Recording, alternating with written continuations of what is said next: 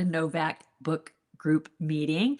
I look forward to being able to talk books with you each month. And it seems like it's been a long time for some reason, maybe because I've been so busy and I've been at the California State Fair, but it feels good to slow down a little bit and get back together with the group. I realize something I've probably never said is I realize that not every book I choose for our group is going to be one that every single person likes. I mean, that's the beauty of reading, right? Is it's subjective, and some will love one kind and some will love another. And because I choose different genres, you may love romance and not the suspense, or you may love the suspense and not the romance, but it's fun. It's kind of like dating. And unless you try things, you don't know who you're going to like, right? Or how much you're going to like it. So I appreciate the fact that so many of you are willing to take the Brendan Novak Reading Challenge and read our book each month, because it is very gratifying to hear from people who say that they absolutely love this book or that book that they never would have picked up otherwise. So that is a really fun thing. And it's also very cool that everybody understands, and I'm not going to pick a book that is their very favorite every month,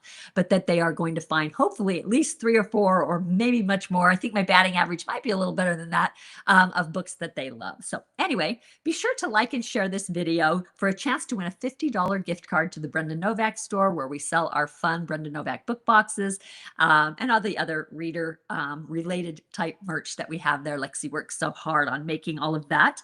If you're new to the group, I just want to explain that we come together on the last Thursday of every month to discuss the book that we've been reading as a group, and I interview the author of that book. And it makes it so fun to kind of see the inner workings of how the book was written and how the author feels about the book. And so it's just kind of an added little thing. I'm so grateful to our authors for being willing to take the time out of their schedule to meet with us and share some of these insights.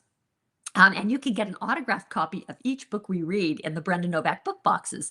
That's why Alexa and I decided to launch the book boxes. We thought it would be so fun to be able to get an autographed copy of each book that we read.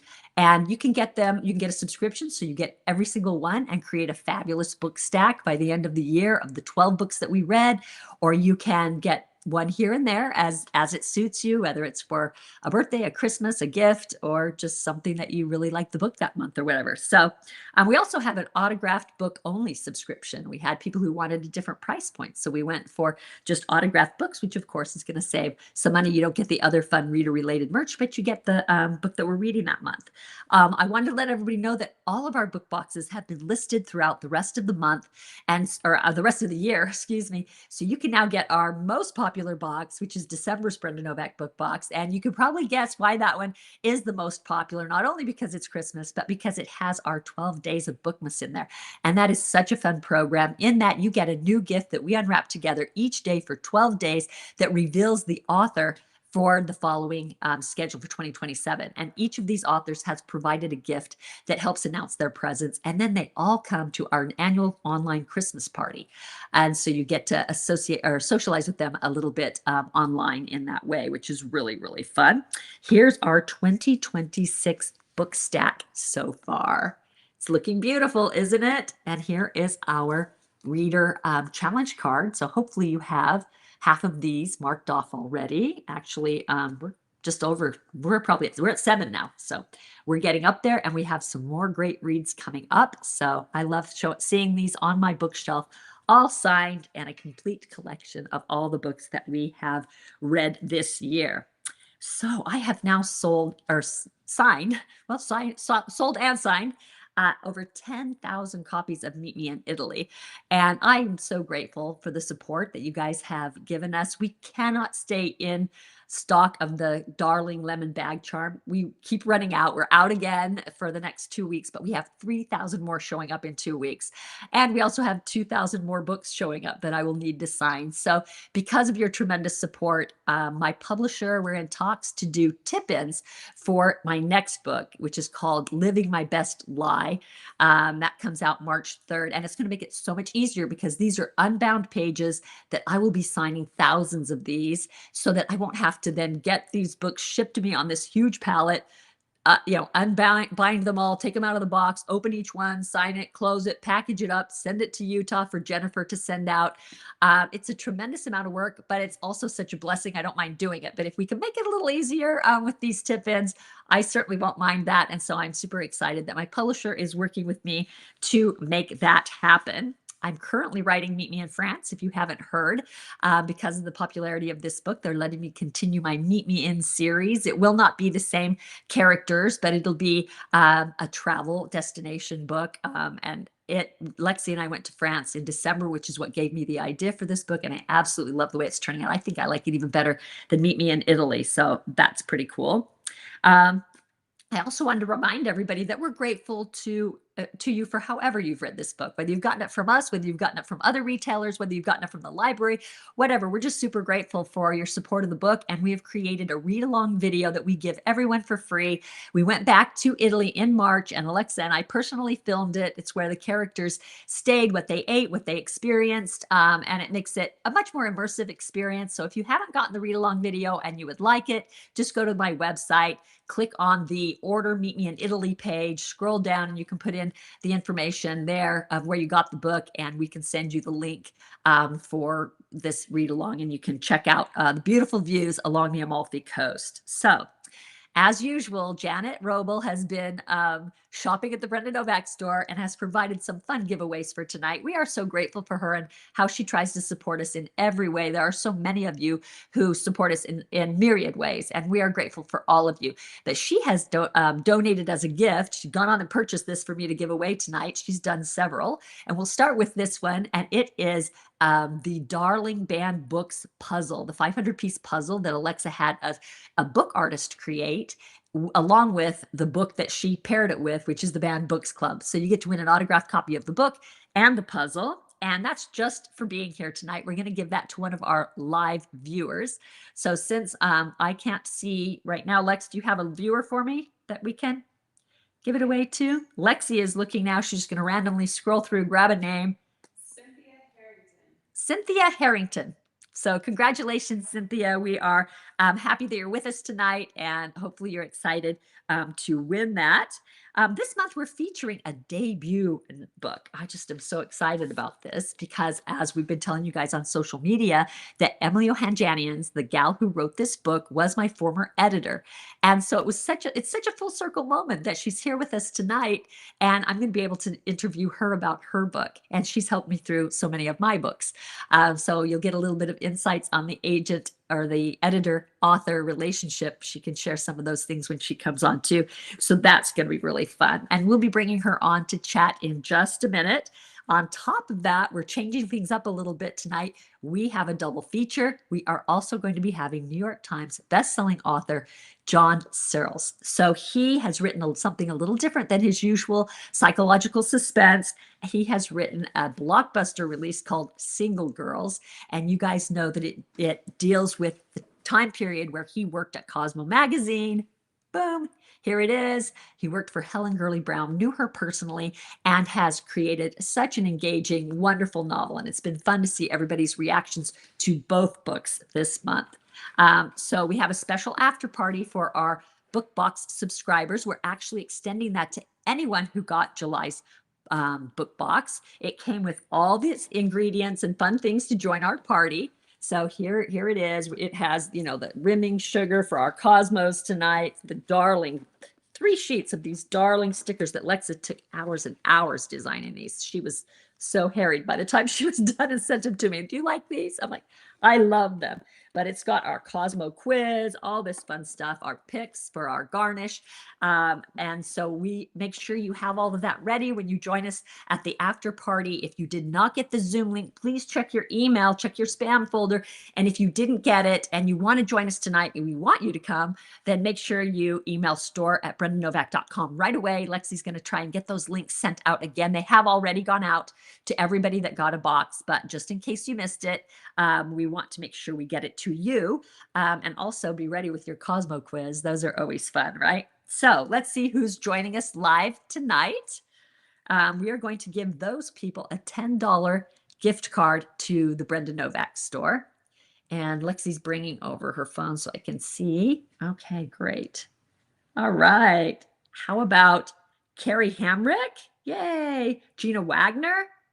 And how about Kate Hoyne? So congratulations, you three will get a $10 gift card to the Brenda Novak store. And so we appreciate you coming. There's also so many others of you joining tonight. I wish I could give everybody one, but we do this every month, so maybe you'll win in the future. Okay, we've kept you waiting long enough. We have been teasing that we are going to announce our next collectible Christmas ornament. And at first, we weren't that thrilled with the way it turned out, so we hired a different artist, and now we love it. And we hope that you're going to love it too. Let's show them what it looks like for this year, Lex.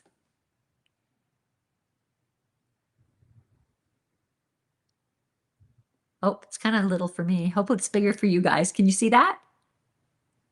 It's the cutest little Christmas market, and it definitely fits the cover of my new Christmas book, right? Hard Luck Christmas. If you've seen that cover, you can see how this fits right in. It also reminds me so much of the Christmas markets that we went to in France when we were there in December. So I just think it's darling, and it's different than anything I've seen out there. Most of you know that it's the company that makes the White House ornaments that makes these for us. And so these ornaments will be going in our December box. Our new ornament always goes in our December box, along with the 12 Days of Bookmas and our autographed read. And it will also go in the Brenda Nova or the Christmas party packages. Those are at a lower price point. Those are only $35. They have an autographed Christmas book. If you don't get October's Brenda Novak book box, you can get Hard Luck Christmas in there, or you can pick another Christmas read. We've got options. There'll be a Christmas treat. There'll be the ornament. And there will also be our cute Merry Bookmas canvas bag. Isn't this cute? It's a great way to give a book for Christmas because the book slides right in there and you just draw it closed and you have such a cute little presentation. So, oh, here, I meant to show you. This is Hard Luck Christmas, which is coming out in October. Just a cute, short little Christmas read. I was so excited when I approached my publisher to fulfill an old contract that had been languishing forever. And I'm like, how about I write that little book now? And so we did. And I really love the way it turned out. So I hope you guys are going to like it too. So let me show you too. We've got some of the other ornaments in our collection. If you haven't seen them, they're so cute. This is the Brenda Novak book stream. This has been selling so well at the fair. Can you guys see the lights on it and stuff? That's so cute. Oh, this is our new gnome from last year. We've got our cute little Christmas gnomies holding the band books club. And this, oh, we have this too. You might want to get this ornament if you get the Christmas package. If you don't have it, Merry Bookmas, and it's a girl holding a stack of books that extends way over her head and matches the cute canvas bag. So those are listed on the store right now, right, Lex? The Christmas party packages. Okay, so you can go ahead and get your Christmas party packages or your December book box or your October if you're going to get a Hard Luck Christmas. Those are all set. So there's also going to be in the Christmas party packages and December's books a raffle ticket to the 50 present giveaway that I always do at our annual Christmas party. This is going to be our 7th year that we've had this party. And Debbie Maycomber has been at every year. I mean, she's like Mrs. Christmas, right? She always writes such a great Christmas book. And she's been there every year except one, and she's back this year. So we're super excited that we will be partying and celebrating Christmas with her. And there will be this 50 present giveaway. You guys, I know I love to do that. I'm already getting it all together and creating my presents and buying things as I see along my travels. I actually got some things in Arizona when I was there last, and Texas. And so anyway, some fun things. So that is going to be Thursday, December 10th via a live video, just like this one. You'll find it just like you did this one at 5 p.m. Pacific, 8 p.m. Eastern. And so you can get the Christmas party package for only $35, includes all that fun stuff, or you can get the full box with the Merry Bookmas, and that is $62 if you buy it separately, $60, of course, if it's part of your subscription. So, as I said, a Hard Luck Christmas will also be in October's Brenda Novak book box, and you get it early because it doesn't come out till October 27th, but my publisher has agreed to get it to us in time for the October book boxes to go out. So you'll get it almost a whole month early, which again is super, super cool of them. So now, the moment you've all been waiting for, I get to introduce my former editor, a beautiful young woman. I mean, she is so lovely and easy to work with and calm and sensitive. Like, she was so good. If there was anything she had to tell me that was critical, you almost wouldn't even know that she was saying something critical. She said it so nice. She's like Alexa that way. So anyway, Emily Ohanjanians wrote our fun and sexy, hot, spicy enemies to lovers romance here, the book tour. And we are going to have her come on. She spent many years, she's in Toronto, and she spent many years working for Harlequin up there. And now she left to be a freelance editor and to fulfill her dream of writing. And so I'm so excited that it's turning out for her. Hi, Emily. Hi, Brenda. How are you? How are you? I have been looking forward to this meeting all year. It's so fun to see you again. I have missed you. I've missed you too. And that intro just like made me blush. It was so sweet of you. Thank you. Oh, it's so true. You're such a kind, inherently kind person, and I appreciated that about you.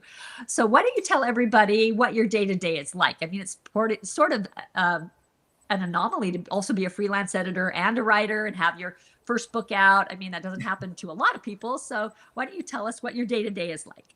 Yeah. Well, now it's very different from when I worked in house in publishing. Now I spend half the day writing and then I spend half the day editing. I'm still doing freelance editing, as kind of my day job, I guess I would say. Uh-huh. So, I wake up in the morning and I exercise first thing before I can, talk myself out of it. And then the first thing I do after that is sit down at my computer and get as much writing done as I can before lunch. And then after lunch, I'll sit down and do some client edits and, admin and any other kind of email, that kind of stuff that has come in over the course of the day. And then sometimes, I have a young daughter, as you know, so I'll spend the evening, with my family. And then sometimes after she goes to bed, I'll work a bit more. And sometimes I'll just spend it, reading and enjoying myself, which is really lovely. That's nice. So, who would you say is your biggest advocate? Oh, probably my daughter, actually. She's very, Yeah. very excited about her mom being a published author. She's bragging to everybody she knows. It's really sweet. Oh, that is Um, so nice. yeah, it's been really sweet. It's really nice to be able to have her see her mom sort of do something that is rare and interesting. Something that I've produced something she can hold in her hands and show her friends, and not that they're allowed to read it yet, but at least they can they can sort of get excited about it. It's really nice. I don't know if I've ever told you this. I've told some of my readers this, but when my son was in eighth grade, my youngest son, a girl brought one of my books to school and read out of context a love scene to him. And Yikes! that was pretty shocking to a 13-year-old boy. So Oh, I I hope that bet. doesn't happen to you. I hope so too. He handled it well. I mean, Thad's the type that things like that kind of just roll right off him. But of course, as a mother, I was like, oh my gosh, Yeah, like not what horrified. I would have chosen. So, what would you consider? This is going to be such an interesting answer to me because of your background in editing, but what would you consider the most important element in the making of a good novel? Ooh, that's a good question. I guess it depends on the type of novel. So I've long worked on commercial fiction, which is sort of different than literary fiction. But I think for commercial fiction, pacing is a big factor. Making sure that the story is moving at a good pace and it doesn't slow down too much, and it keeps the reader interested to keep turning the pages. Um, so the story is sort of moving at a swift clip. That's what Yeah. I've always found. Um, will make me, flag on a book, or, I won't be as interested in picking it up again if I'm reading for pleasure. So, Yeah. I don't know. I would say that's probably a big one. Yeah, when I was reading as a child, I remember if I got into a book that couldn't hold my interest, I remember thinking, why don't they just make something happen? Like, Yeah, just make something happen, right? totally. Yeah. Make Yeah. I something still with think that. anything. Yeah, yeah. So thank you for signing all of those book plates that we sent to Canada. Oh, How long what did a that take joy. you? Well, I split it over a few days. I actually made a little video. If anybody follows me on Instagram, they'll see my little video of me doing it over a few days in sort of fast motion, because it was fun. It was a really fun process for me. Like I enjoy that sort of the stim of like repetitive motion. So I kind of, if I wanted a break from working, to do something just sort of like stimulating and enjoyable, I just put on some music and I did the book plates, and that was really, really fun. So I don't know, over a few days, probably a couple of hours. Okay, well that's good. We most of the time everybody knows in book group that we try to get the wet signature, but because Emily lives in Canada, it was just way too costly to try and ship the boxes across the border and then ship the boxes back across the border. So we're really glad that book plates are an option when we run into this. We've had Sarah Morgan from the UK before. And for the same reason, we did Yeah. book plates with her. So it was so nice of you to sign all of them. And I thought that they turned out really cute, They the were way like the super cute. yeah, Alexa is just such a, I mean, Alexa, you're amazing. Uh, Everything you yeah. touch turns to beauty. Oh, that's so sweet. Thank you. She can hear you, but she won't speak during the live. um, she's very professional. Yes. So let me pause here, just Emily, for the group. We have one last July book box to give away, and we always save it for our book group meeting. And we put up a post before the book group meeting to have people RSVP and leave a question for our guest author or authors. And so we then give that away during book group meeting. So I want to congratulate Michelle Kwasnowski. So Michelle won our very last July Brenda Novak book box. So congratulations to you. We'll be posting a list of tonight's winners in the book group after the meeting. Not directly, it takes us a few days to gather all the information and get it up there, but we will be doing that, and there'll be a giveaway claim link that you go to. We give so much stuff away and are doing so much and have such a small staff. That's the only way we can get everything out. But watch for that, and you will be able to find that link. So congratulations to Michelle. And now we get to chat about your release. That was kind of more generally about you, and this is more specifically about your book.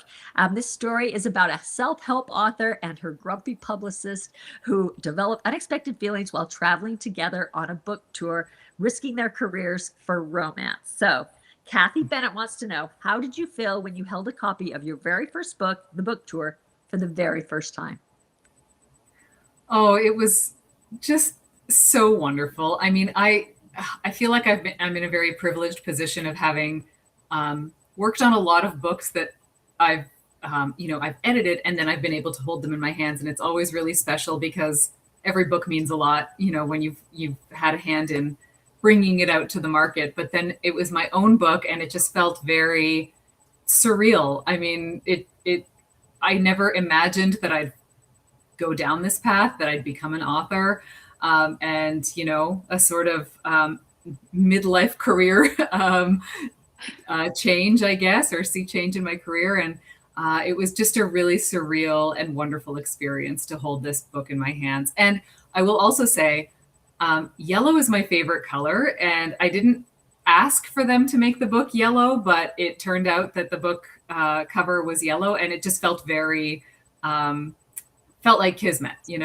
Yeah, it's perfect. I think it's such an appealing, attractive cover. I mean, it was something that even if I didn't know you, I would reach for, because I think it is such an appealing cover. And I'll never forget, did you ever go into bookstores? Maybe, I don't know, when did you decide you wanted to kind of go to the other side? Was there some inciting event, or was it always in the back of your mind, like, oh, maybe one day? Or this is kind of maybe a long answer, but when I was younger, I used to write a lot. I used to write short stories, and I would enter contests, and I, even won a few contests, and it was really fun and exciting when I was young.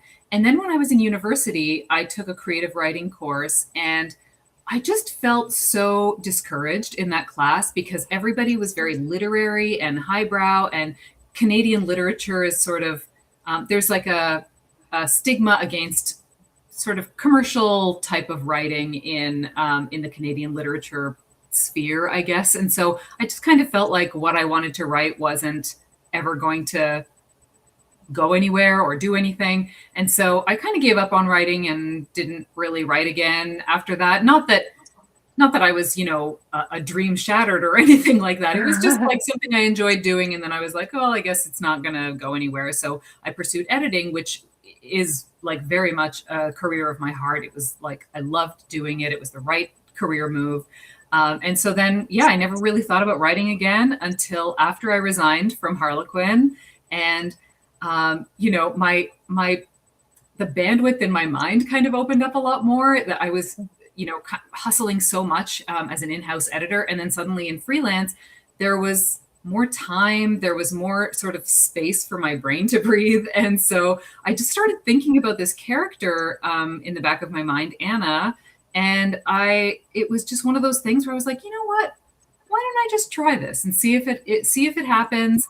If, it was like a little self-challenge, and if it sucked, nobody had to know about it. And if it was good, then who knows? So that's sort of how it all. Is this the very first book you've ever written?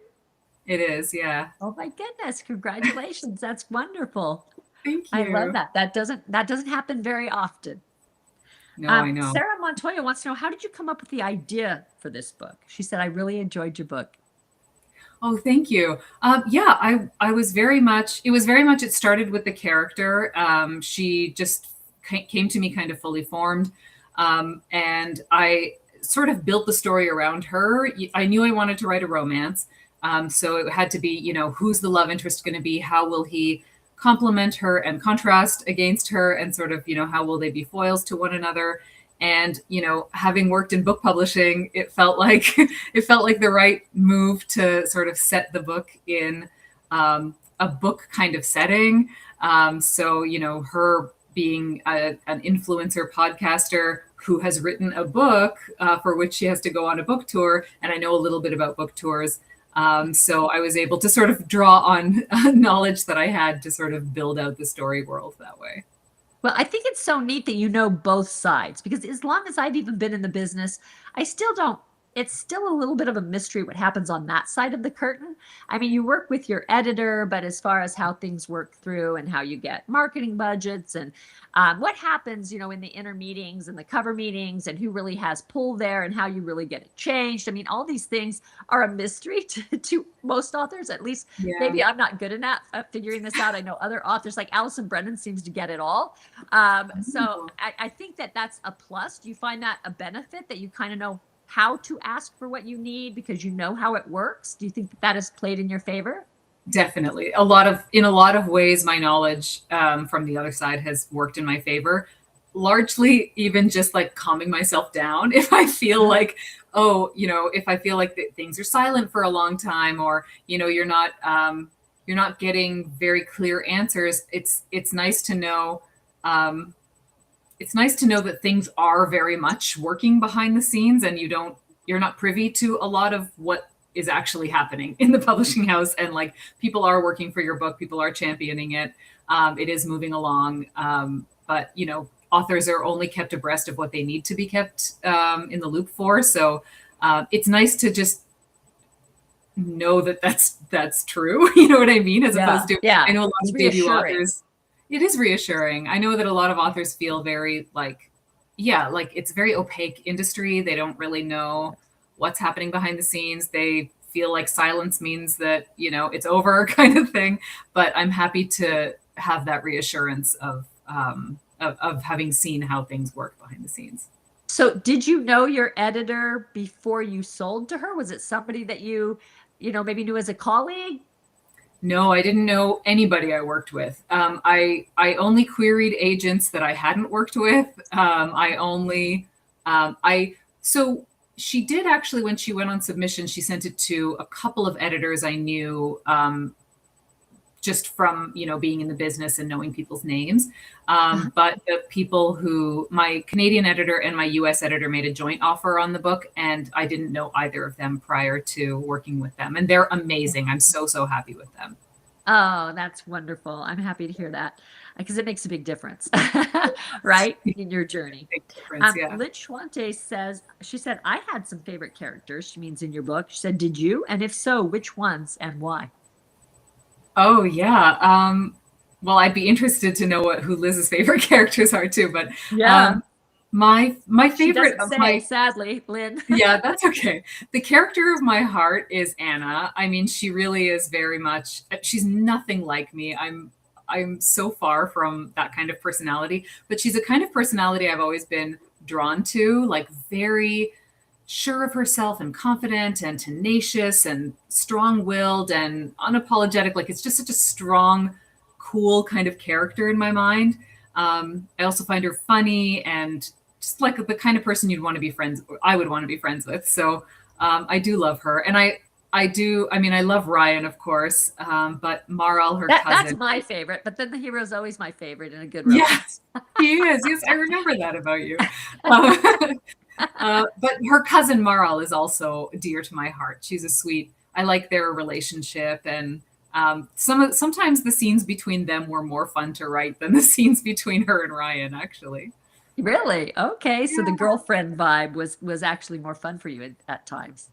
In time, yeah, at times it was. It was really. It was just a fun relationship to explore, and I found them funny together, and I like that sort of like lived in long-term, sisterly kind of bond between Yeah, them. I think So, yeah. readers like that too, because it just lets them fall into that same type of close friendship. They're experiencing that with them. Yeah. Yeah. Yeah. Yeah, which is really nice. So Karina Mora said, did you plan to include your culture in your story, or is it something you added later? Yeah, I always planned that. I knew I wanted Anna to have. Um, she's sort of like me, so I'm second generation Armenian Canadian who was raised in a very progressive household, but like my parents were fresh immigrants, and then my outer world was very much like just my Canadian friends, like nobody Armenian in my like in my peer group or at school or that kind of thing. So it was sort of an experience I wanted to see on the page, and I hadn't seen it treated exactly the way that I explored it in the book. And I just thought I would love to see this kind of experience reflected in a book.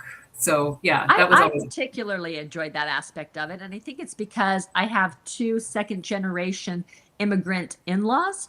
One came from Nicaragua, and seeing kind of the expectations of his culture versus what he's raised and how different it is in the American culture, um, Yeah. as well as I have a Persian. Well, she's not my daughter-in-law yet, but they've been together for years, and they plan on getting married when she becomes an orthodontist and gets out of residency. And she is Persian, and so they are very close to their family and feel, at least from what I've been able to tell, it's more of a not. I think American kids can be loyal too, but they're definitely sometimes feel it seems like more free to choose their own things and not be so um, tied in tightly with the family. And so I Yeah. enjoyed seeing that aspect through your book, and it kind of helped informed me of something of what they must feel and experience. Oh, I'm so glad to hear that. Thank you. Yeah, yeah, no, I thought that was great. So Carrie Petrasek, sorry, I just butchered your name, Carrie. She said, "Have you traveled to all the cities that the characters in the book traveled to?" I traveled to most of the cities. The only one I've never been to yet is Boston, Oh, okay. which is interesting because that's Anna's hometown. So yeah, And I it's had not to that do. far from you. No, it's not that far. You're right. Yeah. But I've been to all the other cities, and even if I hadn't been to the exact places that they go to, it was nice to have a vibe for each of the cities that they visit, and just sort of be able to imbue a little bit of that into the story. Absolutely. So, uh, Fran Bella wants to know, after being an editor yourself, how did that help you in the writing process of your first book? Did you find, like I've wondered if my editor is too loud, it stifles my ability to write because I'm criticizing it before I can ever get it on the page. And I feel like I need to sort of turn that off to be able to allow myself the room to create. So did you struggle with that, or were you able to kind of say, okay, silence the editor, I'm going to be a writer right now, and then go back through and edit your book? That's such a good question. And I feel the exact same way you do, Brenda, that like the editor part, for me, the editor part was loud and it did interfere quite a bit. And I had to just try to muscle through and not let her run the show, I guess, Yeah, because it was kind of limiting in terms of, just being able to let creativity flow. So in terms of drafting, yes, that's true. I was hard on myself, as I was yeah, writing. yeah. But the way that it did help actually was, just knowing sort of a lot about story structure and what makes a really strong um, a story arc, and what characters need to go through in order for it to be satisfying for readers. All of that knowledge was sort of built in, having worked on so many stories as an editor. So that actually helped me in terms of outlining the story ahead of time. Yes. But the drafting was tough. Yeah. Yeah. Sometimes you just got to tell that bitch to shut up, right? Nancy Janke wants to know, do you have any fun or funny stories about being Brenda's editor? Well, I had a lot of fun editing Brenda's books. I think some of my best memories are from when Brenda came to Toronto for sort of a summit meeting with the publisher. And we got to spend, a couple of days together, in the office. We were having really fun sort of meetings with the whole team, and the marketing team showed us some really interesting sort of heat maps of the state of the United States, and sort of where Brenda's books perform the strongest, and where her audience is the most sort of robust. And that was really fun to see, sort of Yeah. across the states, where your readership is the most robust. And then we got to do some really fun social media videos with the team, and you were just such a natural, and it was really fun to do that, to just be on It camera was with so you. And fun. I remember yeah, having Lexa with us and going out to lunch, and it was really a fun time getting to know you better. I yeah, hadn't been with you that long at that time, so it was a really fun time to get to know you better and understand. Yeah, it's more fun to work with somebody that you know and that you feel comfortable with, totally. and so that was certainly lovely. So we will just have two more quick questions because we're running out of time. Marsha Black said, "What my question for Emily is, what Brenda Novak book has been your favorite read to date?" Oh, well, that's a hard question because I love so many of them. And I've been so Thank you. lucky to work on many books with you, Brenda. I think over many years, like, several years, we worked on, a dozen or more books maybe together. The Yeah. one that I remember really fondly is the first full length Silver Springs book, No One But You, Yes.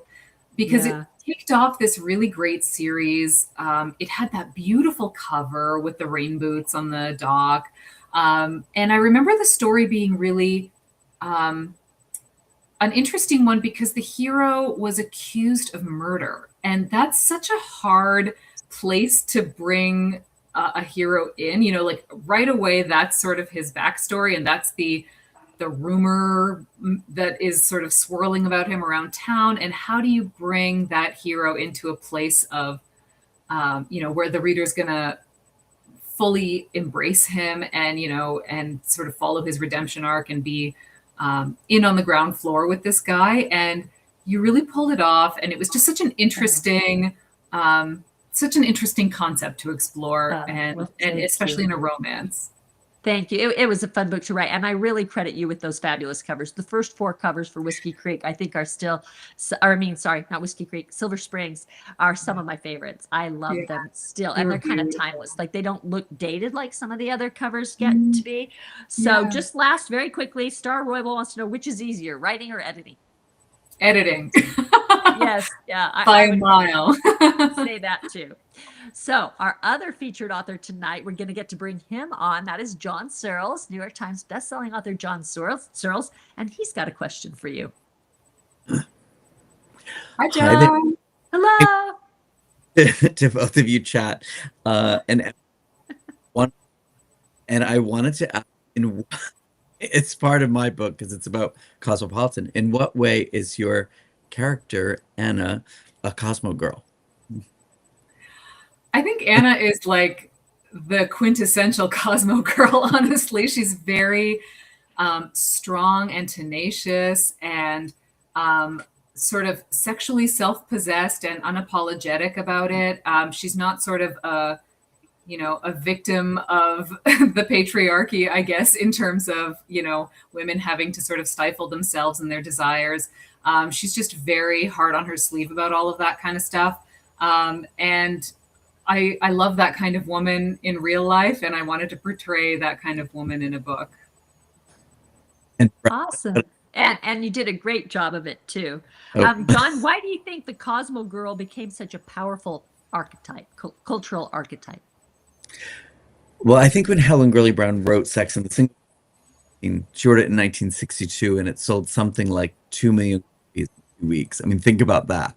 And it was such a unique message to women to say you don't have to marry. She would say be herded and hypnotized into marriage by your parents to the first guy that comes along. You can focus on career and enjoy your single life. You can enjoy your sex life without shame. And half was all for it, and the other half, including her mother, was scandalized and didn't like what she had to say. And then she had this idea to for a magazine. It wouldn't give, but they said we're going to give you this old dying magazine that we're probably going to pull the plug on, but you can try it. It's called Cosmopolitan. And I think her that she had in Sex and the Single Girl and then had in the pages of Cosmo about self-improvement and living an empowered life for single women was unique at the time and just spoke to women for generations to come after that. Oh, yeah. I think that that's such a good answer. And everybody is loving your book as well. I mean, no matter how you Thank you. feel about that time period or about Helen Gurley Brown, nobody can argue that she wasn't inspiring, turning a failing magazine around in 3 months or in just 3 issues, and doing it at a time when women really did not have as much opportunity as we have now. And you told Helen's story so beautifully. So I really Thank you. enjoyed the read, and we've gotten a couple good questions for you too. Melissa Sure. Thorne wants to know. Well, actually, this is for all the authors. She says, "What was your reaction the first time you saw one of your books for sale in a bookstore?" We heard a little bit from Emily the first time you saw it. Was that in a bookstore? Oh, I went to a Barnes and Noble in New York City, and I couldn't believe it. It was such a dream come true. It was a dream come true, and I was with sort of an ex of mine who said, "It's like being trapped in a nightmare," and that's when I know that that person What? didn't have my back anymore. Exactly. I What? know it. Did you just say What what I it thought you did? said, "Oh, did I say that out loud? Thought I thought it," and I was like, "Okay, guess we're not simpatico." I know, but I Wow. was No, so because thrilled. The your partner softie. now is super supportive. I think his name's Thomas, right? Yes, I love him so much, and he's so supportive. And he came with me on a book tour to save me from driving. I made this mistake. I thought I had a 3 hour drive. I had a 7.5 hour drive at one point. From 10 o'clock at night, my event ended, and I had to be somewhere the next morning. And he said, "I'm not letting you do that by yourself. I'm going to come join you on tour and do it." So he drove me, and we had a really fun. We bought a lot of junk food on the road and talked and played. That sounds like something Ted and I would do. We absolutely love going on long drives and stopping at AM PMs of all things and Yeah. getting all the junk food. So Emily, Yeah. did you first see yours in a bookstore or did you see it when you opened it from like author copies or something? I opened author copies in a box, but the first time I saw it in a bookstore was actually the bookstore that I spent many, many, many hours in, like wandering the aisles of. We have a big chain here called Indigo Books. It's sort of our Barnes and Noble. And I went into the store that was like just down the street from where I lived in university. And I used to just wander those aisles for hours and, read in the stacks kind of thing. And it was really surreal to walk in and see mine right there on the front table. It was just, yeah, it was unbelievable. I love it. I love seeing the joy that fulfilling your dreams brings, and so it's just lovely. So John, this is from Tina Bursaw. Do you miss being an editor at Cosmopolitan? I do. I miss my expense account. You miss your what? You cut out for a second. My expense account. I would miss that too if I ever had one. Yeah, but no, I do actually. I miss the team. I was part of a team of really smart, brilliant, funny, outrageous women for 23 years at that magazine, and we had a real work family, which is part of what I try to capture the feeling of in Single Girls, the work Yes. family. And I mean, they're all still my friends, so I still see them, but we're not always all in the same office like we were back then. So that's the part I miss the most. I always joke, "Oh, my expense account," but it's really the work family aspect that I miss. Oh yeah, those relationships are irreplaceable. I'm glad to hear that you're still in contact with them at least. That Oh, I talked to two of them today, actually. Oh my God. So what do they think of your new book? They're all really supportive and they're all excited about it. And one of the people she was one of our fashion editors. She founded a brand called Love Shack Fancy. And I I don't know if you know this brand, it's a very successful woman. And I said to her, "Oh, maybe I'd like to throw a little party." I thought it would be like, a Spotify playlist and a dozen cupcakes, like that kind of party. She threw this like massive party at her store because she's the kind of woman who doesn't do it. She's a hospital girl. She doesn't do anything small. She had a big party for the book, and and everyone from and this woman Atusa, who was editor of Cosmo Girl, and when she started Cosmo Girl, Helen gave her this. I'm going to show you, and she gave it to me. It's a ring of Helen's, and Helen gave it to her for good luck. And it's the book tour with. She said because Helen gave it to her, Helen Gurley Brown, like, for good luck. It doesn't fit my finger. Put it on a little thing for it to my Oh my gosh, that's so nice. You were sweet. cutting out a little bit, so I'm just going to repeat a little so everybody make Oh, sure sorry. everybody heard. He was gifted Helen Gurley Brown's ring to take on tour. I'm getting from what I heard because it was cutting out for me too, but for good luck. So very cool. You know, it's pouring rain here in New York City at the might be why the audio's cutting out. I apologize if so. Yeah, it's cutting in and out a little bit, but we can hear most of what you say. So Okay. sometimes I may need to repeat it. But Emily, do you miss being an editor at a major publishing house? You know, very similar to John, I miss the people the most. Similarly, I worked in a really dynamic team of some of the smartest people I've ever met, largely Wow. women, similarly, which, you know, publishing is full of women and a romance publisher especially.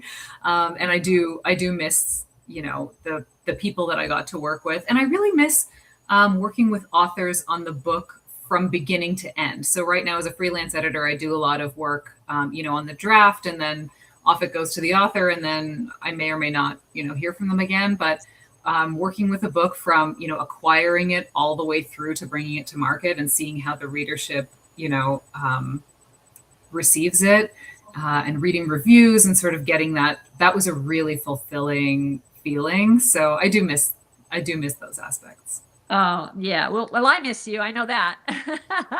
So it's too bad that we can't still work together, but I understand that writing calls.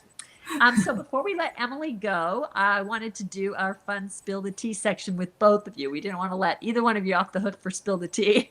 So I'm going to ask you our first question, and we will have John. Why don't you answer first? You've both had recent book signings. Did anything unexpected happen during one of them? I'm going first. Well, there was one where I was really late and I found myself gargling and applying deodorant in the parking lot before going inside. Because I was so late. And I'm like, why can't I be professional and normal like every other writer probably is? But I would also say it was so sweet. So many readers come and so many who had a story in the magazine. Oh, one point in their life where Oh boy. they could reading it or things like that. So that was really wonderful. So people were coming out that had read and are familiar with the magazine. A lot of them came and supported you. And they had their stories about Cosmo. Yeah, I'm so sorry. He's really so bad. Maybe try taking out the headphones, she said. Oh. Try that. Oops, then he's disappeared. Oops. Well, Emily, while we wait for him to come back, why don't we have you answer if you have had anything unexpected happen during a book tour? Well, I haven't had as many probably signings as you guys have. But one thing that happened recently was somebody came up and, you know, she gave me her book to sign and she said, "Did you have to make it so graphic?" And I just laughed and said, "Yeah, I did actually. I did have to." How did she react to that? I don't know. She just kind of like laughed, and maybe she realized it was not the question to ask in that moment. But, right. Oh my gosh, it was pretty that's funny. hilarious. Well, when we went on my big book tour for the Seaside Library, we had the craziest thing happen. Some of my readers may know this story, but we had the book stream that we pulled behind us, and we were going to indie stores, which there was not a lot of room to park. So we had the bookstore owner of one of our stops to have us go through this bank that had been not just closed for the night, but was out of business. And it was, you know, those lines that you get in Disneyland where you have to wind around, and there's chains. And so we had to drive through one of those with our big truck and our book stream to get in place behind the bookstore. Fine. But then as we pull up behind the bookstore, I see ahead of us, the only exit is underneath this little house for an ATM. And it says 9 feet, 6-inch clearance. And Ted and I were like, oh my gosh, I think we're taller than that. Like, how are we even going to get out to go on with our book tour? Like, you can't back up in this maze. So we were just like freaked out, but of course the show must go on. So we go in, we do our whole, signing and meet everybody and have fun. And then afterward, it's like getting close to 11 o'clock because the bookstore owner was great, had pizza and food. It was fun. And so she's trying to help us get out of this to see if we can get out from under it. Like we're thinking, do we let air out of our tires? Like, what are we going to do to scrape through here? And so Ted's driving like inch by inch by inch, and the rest of us are standing outside looking at the air conditioning, which we're afraid is going to get ripped off the top of this airstream that we've turned into a traveling bookstore. And so we're like all so focused on this, and we're like, oh, he's going to make it. Like, I mean, there was less than a centimeter. We're like, go slow, you got it, you got it. And all of a sudden, bam. And we were like, how did we miss this? Like, there's 5 people out here watching to make sure you don't hit the air conditioner. And what he had done is he'd forgotten to put the step up. He was so worried about the air conditioner. So he hit that on the little house and ripped off our step. And because we have a lot of people that may be getting older or may need like walkers or something, we were so afraid we wouldn't be able to continue the tour without a step to help them get inside the book tour or the bookmobile, our book stream. And so but we had to head off because I mean, these were like dominoes, so like we had to get to the next stop. The next stop was Boston. And so we go heading toward Boston, and Ted's on the phone the whole way trying to find, camper places that can fix it. And they're all like, yeah, we can fix it in 3 months, 4 months. We're like, no, like we need it now. So luckily my husband is nothing if not resourceful. He's flexible and resourceful. We always we have certain adjectives that really fit us. And we're always like, you're resourceful, you can do this. So he called up these welders in Boston, and they're like, maybe I can do it. Come by, let me take a look. So we get there, and I mean, they take out their blue little flame. 10 minutes later, $100, and we're gone, and it all worked perfectly. That's amazing. Yeah. So that was a lucky break on that big book tour, because you guys know I was gone for 2 months, and we drove 13,000 miles, had stops in 33 states, and they were spaced so that there was no time if something bad happened to even, get going again. So we got so lucky on that whole tour. They all came off without a hitch, except for the rain, but I won't tell you that story because we're running out of time. But that was a funny one where Alexa's trying to carry me up into this bookstore past this raging river so my feet don't get wet, and people were videoing it from the windows, and it was pretty funny. But anyway, so our next question, then we'll start with Emily this time. Do you still get nervous at events, Emily?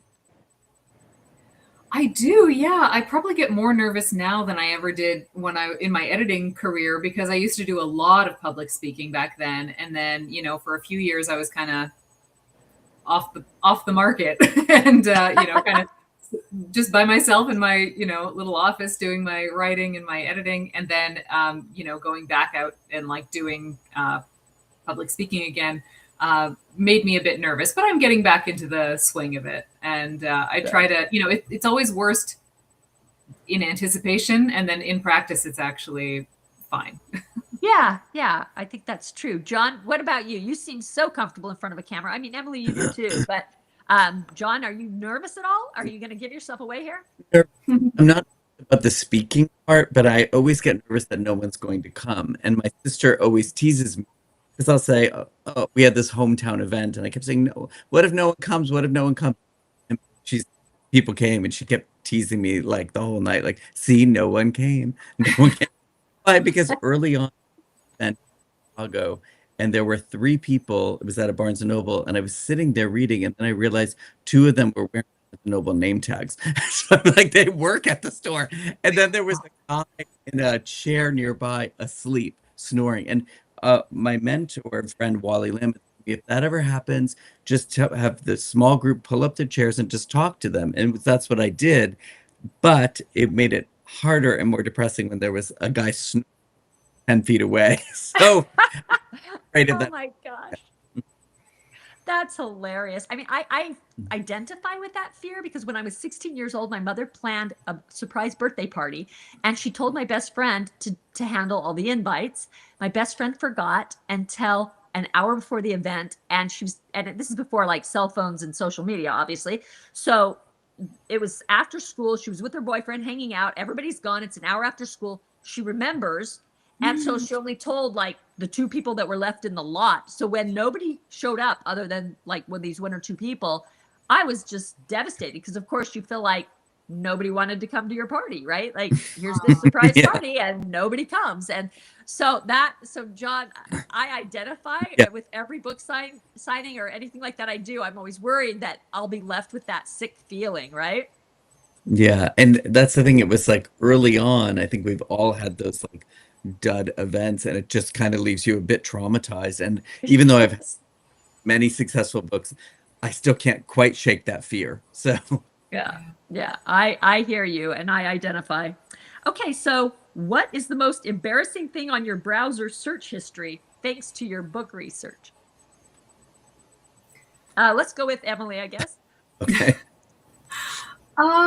I can't think of like an embarrassing thing. I guess I don't get easily embarrassed about the kinds of things I've had to search, because as an editor, I've had to search all kinds of cuckoo banana stuff, like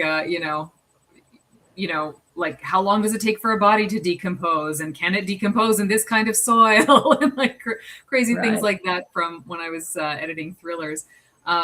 But probably, I've done a lot of Google Earthing. I've had to do a lot of like, because there's so much travel in my novel, and in my second novel as well, there's a lot of travel. And so, places that I haven't been, or places that I need to sort of get the lay of the land, I do a lot of like wandering the streets on Google, which is Nice. It's kind of, nice that we have that tool. When I I started, we did know. not have that tool. So writing, I will say, has gotten much easier in those aspects. So, Definitely. John, do you have anything embarrassing in your browser Well, history? I just looked at my browser history and I have a lot of, can I order lettuce at Sweet Greens, which is a chain. I don't know if they have it where you are, but it's a chain. Or will I get cyclospora, as it's called? So I have a related searches of what lettuce I can get, where I can order a salad. It's not Oh really my book gosh. research, but it's to prevent me from getting ill. So, Yes, yes. Actually, there's a place I'm trying called Local where they deliver food in a jar. So it's glass, it's not plastic. It's oh, pre-prepared with everything's tested to make sure it has no plastics, no everything. It goes through oh, wow. stringent testing. It's all grass-fed. If it's meat, it's all has certain, amount of protein and all the things are covered. It's amazing. And then you put the jars out and they pick them up and go sterilize them and wash them. So you're not even putting Oh, plastic in the environment, and then they bring it back. So I guess oh, this wow. started in New York, Alexa, San Francisco, and then now it's Okay. moved to LA and Sacramento. So maybe it'll be coming your It'll be guys' way, underneath. but super Start cool. Google. So moving on to number 4. What is a popular writing rule or piece of advice that you think is total garbage? John, let's start with you this time. Well, I'm sorry if it's something that both of you say, but and I don't want to. I don't think you have to write every day because I think even if I don't put a pen to paper, I'm always working in my head on things. So I think each person has to find what works for them, and there are you write books and there right. Uh-oh, you're cutting out pretty bad now. So you Oh, said you don't have to put pen to paper every day, and then what? but I think about writing every day. Yeah. But I don't think I actually have to write every day. Like some. Yeah, I could go with that. I've never said you have to write every day, so you're safe with me. What about you, Emily? You know what? He took the words right out of my mouth. Oh, are you I kidding? feel that was the exact one I was thinking of. I don't think you have to write every day. I definitely don't write every day. I do think you need to have discipline to actually get a book done. Yeah, So it's not that. It's more just, you're writing all the time, even if you don't have fingers on a keyboard, because your brain is always working on something. okay. Yeah. Yeah, yeah. I think your subconscious works on what you're working on ahead of you. So I at least I've seen that because plot problems or whatever, I'll somehow work them out in between the times of getting up and going back. Mine would probably be I had somebody tell me that I was actually at a big event and I had a pretty big agent author say, if you don't plot, you don't write a good book. And I remember just feeling like, oh my gosh, I've done 70 books wrong or however what number I was at. And I tried to go and do it his way, and it just didn't work for me. So I think you have to honor your own process. What works for you? What frees up your creativity? I like getting in the skins of the characters and seeing what they will do. That's what brings me joy and what brings me back to the page. and then I don't give everything away. I don't telegraph it because I don't even know what's going to happen. So everybody has their own way of approaching it, and what works for me may not work for somebody else. So last one before we let Emily go. What's the weirdest thing you've ever used as a bookmark? John, we'll go with you so that Emily gets the last word. A sock. A sock. A A gym sock. sock. Yes. It's happened more than once, actually. That's So, great. Emily, what about you? Mine is another book. Oh, I just have a stack of books next to my bed, and if I, don't happen to have a bookmark, I just put another book in to hold my place, and it works. It holds it oh open, my not very gosh. well, like it's kind of propped open, but it Yeah, holds yeah. its place. Well, that's one question that we ask everybody at Spill the Tea, and I'm surprised. I would have thought we'd run out of creative answers by now, but nope, we haven't. And the funniest one goes to Eloisa James for a condom. I didn't see that one coming. I So, hope it was Emily, still before you wrapped. go, why don't you tell us when your next book is coming out, what you're working on now, and then we'll let you have your evening. Yeah, my next book comes out in May of 2027, May 11th, 2027. It is a book it's a sports romance set in the tennis world.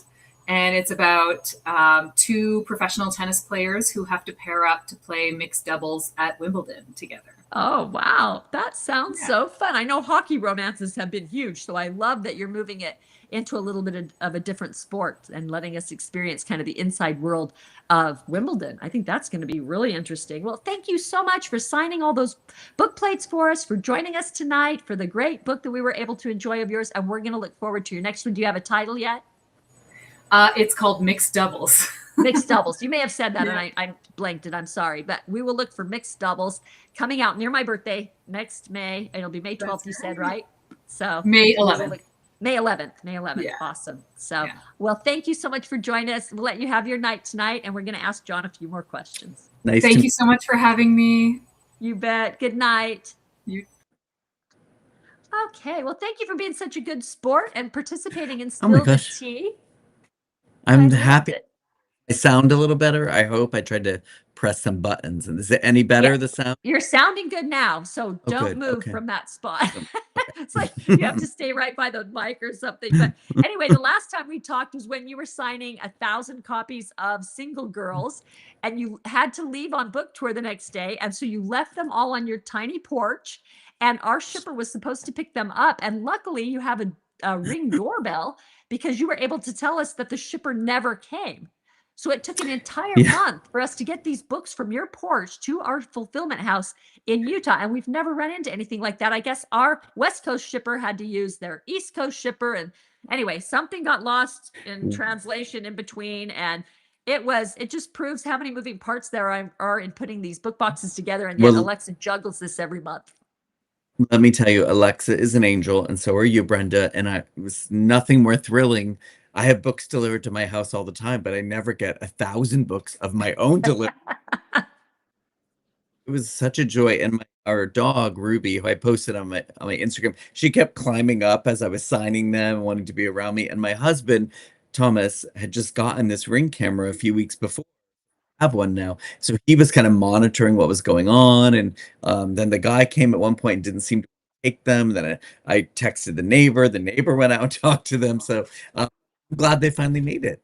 We are too. We were really, starting to yeah. sweat bullets because we were like, oh my gosh, that's crazy. So how has your book tour been going? Are you finally home? Are you done with Oh, it?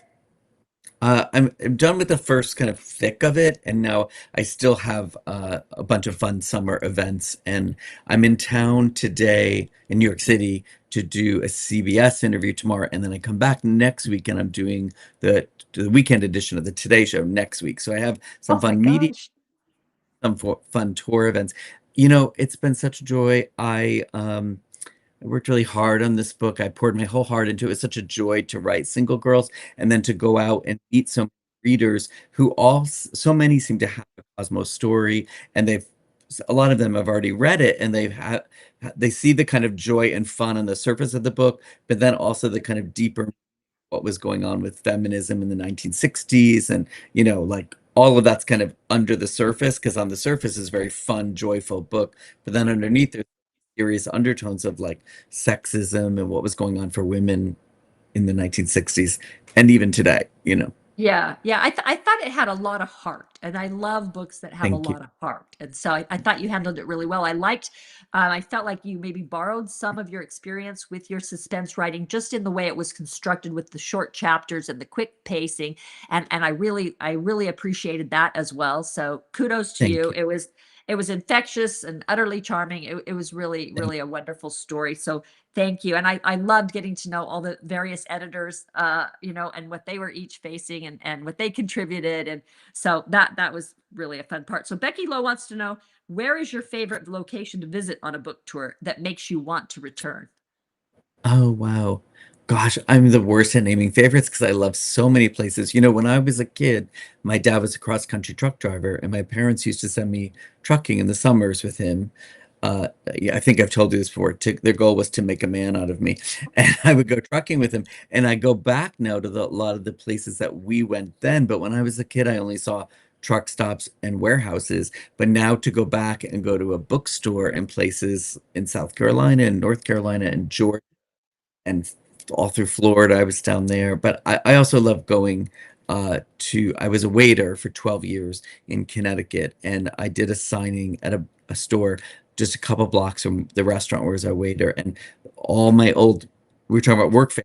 I also have my restaurant work family from those years because I worked to pay for college. They all came, old customers came, old friends from high school came, and that's always really special too. So I didn't really Yeah. name, that's one of them. Yeah, well, you're such a lovable guy. I can't imagine that Thank the you. people you've met throughout your life wouldn't come out to support you. So I think it's wonderful that they did. Um, so Terry Rinko wants to know, what character from your book do you relate to the most and why? Oh gosh. Well, I relate to Helen Gurley Brown, and I tell people, you know, I've been doing these events, Brenda, and at the end, people inevitably talk about the book. Someone raises their hand and say, "So it's a biography?" And I say, "No, it's not a biography. It's authentic fiction, but it really tells Helen Gurley Brown's life story in the years she took over Cosmo, and then the stories of editors." Because I wanted to write, there it is. I wanted to write not just Helen's story, but the story of an industry, women's magazines in the 60s, and also of of a time and culture. And so I relate to Helen. She loved words. The book opens with a glossary of her favorite kooky words. I love words. She loved smart, ambitious women. I love smart, I guess, I don't know, it's because I'm a gay guy. I think I grew up, my dad was always on the road. I was always with my mom and my sisters. Being gay, I didn't know I was gay, but the other boys did. They kind of ostracized me. I was always around women. And then I worked in an office full of women for 23 years. So if you asked me to write a book about a group of men, I would have a harder time. I think so. And two, and then Helen had a less than glamorous childhood, which I write about in the book. And I, Yes, I thought that was very eye-opening to see, because I mean, I think you sometimes picture iconic women as being just so strong and you see all the positives, but to actually look a little closer and see everybody's human, everybody has trouble, everybody has had to overcome something. And so I yeah, like that you showed us those parts of her life and some of her insecurities as well. yeah, she literally used to hide under her desk sometimes. She was like, she'd climb under her desk. She told me, and I hide under there. But we both shared that kind of grief over some tragedies in our past. But we Yeah. also something better of your self pluck. I've always been like that. Like, you know, my sister died very sadly after her senior prom, but after that happened, I'm gonna be a writer, and I moved. I did it, and it took many years of waiting tables to do it. But Helen was like, she worked 17 secretarial jobs, so she was a hard worker with big dreams too. So we shared Yeah. that in common. I would say a lot with Helen. I think hard work can take you a lot of places. I think that talent is important, but hard work, I think, is definitely at least equal weighting Yeah. in that equation to success. So Brittany Tausen said, what do you hope readers are still thinking about long after they turn the last page? Well, I hope that readers, just on a surface level, have fun and like just are swept up with these characters. And it was so fun when I've written kind of darker suspenseful stories to show a different side of my personality on the page, like to have fun with some of the humor and some of the kooky things that happen. So I want them to just close the last page and be like, that was a fun journey. But also, as I mentioned, some of the serious undertones of what was going on for women, because when I was writing the novel, like, I don't think I realized in the 1960s, women couldn't get a credit card, couldn't get a mortgage, a lease, a bank, and a man signing. Like, I knew that that existed in our history, but not in the 1960s. I thought that was like Yeah. way, way back. And so I hope that, people realize like a generation of women fought really hard for the rights that that you know women now have and are still fighting for in this world, which is Right. changing all the they Yeah, I see was the shocked when I was looking up like the women getting the right to vote and all that because the book wanted me to delve into other women's issues, and I was shocked that it is such recent past in a way. It's not like way past, you know what I mean? It's like what? Like they were beating these women and putting them in jail, and it yeah, was very it was eye yeah. And opening for me.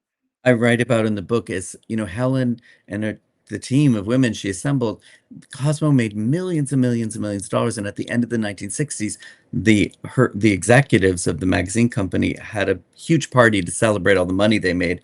They didn't invite Helen or the women. It was a party.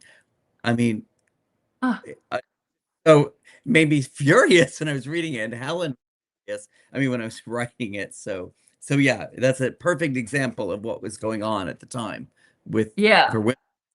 And most magazines in the 60s were run by men, not women. They were Wow. run by Yeah. Shocking. It's just it's amazing. So we'll ask one more question so we can get to our Zoom party because I think it'll be easier to hear you on Zoom too. So okay. Leslie Lawrence said, "What do you like most about writing and what do you like least about writing?"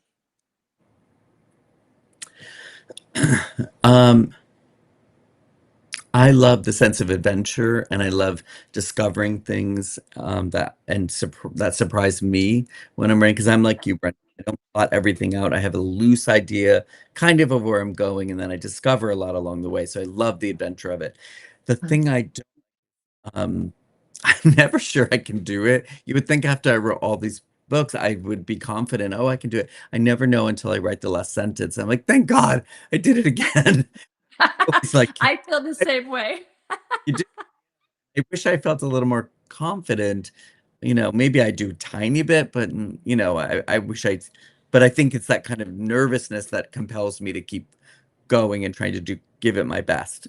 Yes, I was even thinking that about when we were talking about getting nervous to present.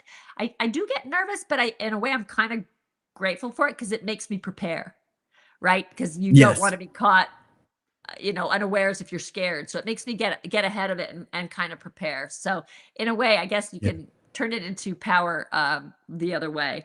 So you're working on something that you're not quite ready to reveal, but we're hoping after you've had a few Cosmos at our after party, we might get some loose lips. Oh We'll boy. have to see, everybody.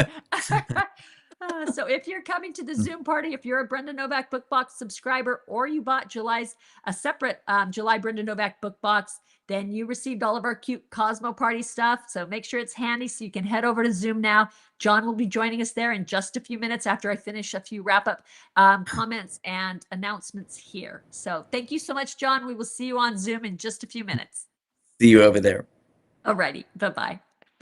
Wasn't that fun, you guys? I absolutely loved having both of these fabulous authors on. They are genuinely wonderful people as well as wonderful writers, and I hope that you enjoyed their books this month. And if you haven't finished, don't worry, you still have some time. Make sure you record it, though, by the 15th of the month of August. That's when our form on my website comes down. We change it to the next month. And if you get it in by the 15th, then you're in the drawing to win the $100 gift card to the Brenda Novak store. So it's really easy. You go to Book Group, and there's a pull down menu and it says record your read, and you go right there and record it. So that's wonderful. Remember to like and share this video to be entered to win a $50 gift card. See, we're giving all kinds of stuff away. And so that will be help other people find it and get to know about these great authors' work. And before I go, I definitely want to announce our top 10. These are the people who like and comment and help others the most in the group. We don't count their interactions. Fortunately, Facebook does. But they are Janet Constanzo Roble, Jo Marie Maderer, Nancy Brady, Nicole Duvall, Christina Mages, Jen Miller, Juanita Ramirez, Marie Christensen, Virgie Lane, and Star Walton Roybal. So thanks to you guys for helping us get some interaction on the posts and getting them to go out wide. We appreciate that. Each month, if you make top 10, your name goes into a drawing, and we draw 4 people at the end of the year to win a year's Brenda Novak book box subscription, and each person will get 3 boxes, three. So 4 sets of 3. So like I said, remember to record our June read by the 15th of August, and our August read is we're going to change things up a little bit, and we're going for suspense. Karen Rose is a master of suspense. She's a good friend of mine going way back. We actually even featured her before, and we went to Sarasota, Florida to interview her. So this time we are actually going back to her house. She now lives a lot closer, fortunately. She's in Mendocino, California, which is just a few hours away from me. So Lexi and I are going to drive over and interview her in her home. So that'll be an even more up close, personal, intimate way to get to know Karen. We're reading The One Who Walked Away. Our book group meetings are always the last Thursday of the month at 5 p.m. Pacific time, 8 p.m. Eastern. So put it on your calendar so that you'll be sure to join us. She's always a fun interview. I know you're going to love her. And for sticking around, we are going to do another Janet Roybal giveaway, and we are going to do an August Brenda Novak book box for a live viewer. So, Lex, do you have a live viewer for us? Donna Carstetter, congratulations. We will, there's a link on my website, giveaway claim form, where you can go there now and claim it if you want, or you can wait for us to put up the post where we announce all the winners. But you won an August Brenda Novak book box. And if you guys haven't ordered your August box yet, make sure you go do so, because you're going to love this chilling read. If you're in the mood for some suspense, I think you're going to have a blast with this one. And now, if you're a book box subscriber, or you got July's book box separately, then hop on over to Zoom, and I'm going to join you shortly, and so will John. So let's party. Thanks for joining.